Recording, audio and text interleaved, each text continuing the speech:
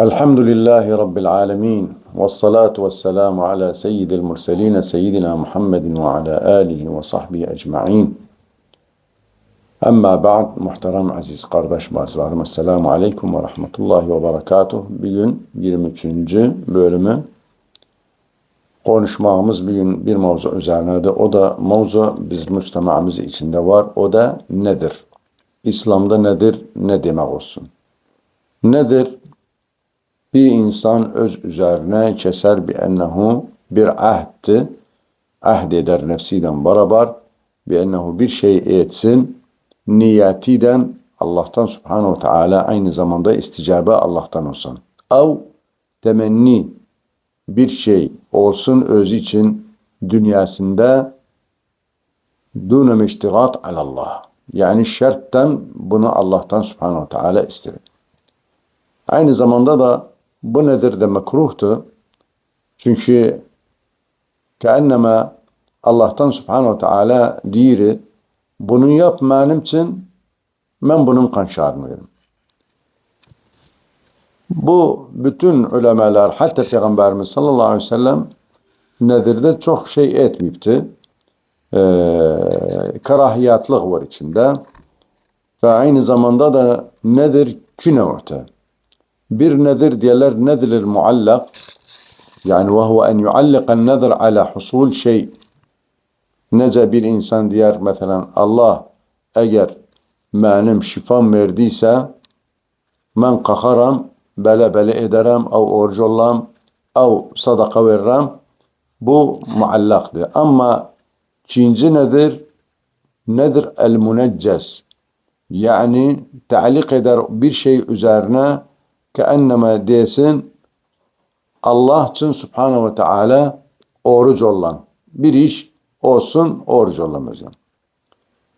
Ve her ki nedir de gerekme insan vefası olsun özüne yani ne için keenneme aynı nece yemin dişiri nedir aynı gene bundandır.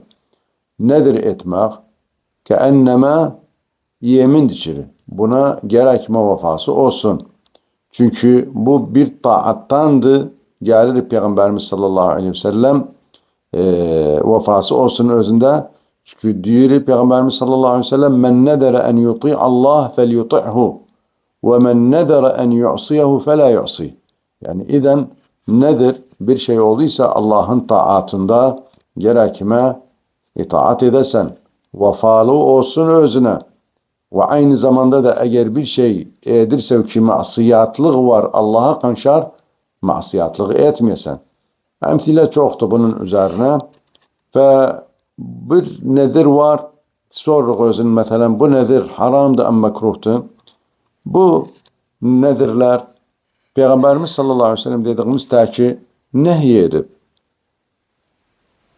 bu aynı zamanda da deyip la tenziru fe innen nedir لا يرد من قدر الله شيئا وإنما يستخرج به من البخيل فلا ينبغي النذر. İzen bazı şeylerde de gâle la yenzuru illa bakhil. Yani keenneme sen Allah'tan Subhanahu ve Teala şart etsen eğer bunu etmediyse men etmem. Ve bu bakhalatlıktan gelir insan. Böyle elu kaldır asmana dua eyleyinen Allah kerimdi. Allah vasi'ur rahmadır. Vasi'ur rızk yanında da her şey isteyebilir. Mağfiret issen, rızık issen, cah issen, özünden isteyinen. Bir hastalığa şifa istesen, özünden isteyinen. Demekinen ya Rabbi eğer benim şifamı verdiyse ben kalkarım mesela bir kurban keserim. Ben giderim yetimlerin üzerine dolanan bir hepsine veririm. Ve bunu eğer Allah Subhanahu Teala ettiyse gerekmesen kalkasan vefa olsun özüne. Yani vefa olsun vefa demek nedir? Yani gerekme tahkik edesen özüne. Ama eğer etmediyse ve aynı gene zamanda aynı şey kimindi? Kefara düşer üzerine. Kefarası da o da nedir? İt'am 10 mesakin ev kisvetun. Yani 10 miskini tok edesen ev asbab alasan özler için. Ev boyun azat etmek. Ev tahrir rakabe. Eğer bu ikisini edebilmediyse gerekme 3 gün oruç tutasan çünkü bu nedir o getirmedi yerine. Vallahu Teala a'la ve a'lem. Vesselamu aleyküm ve rahmetullahi ve berekatuhu.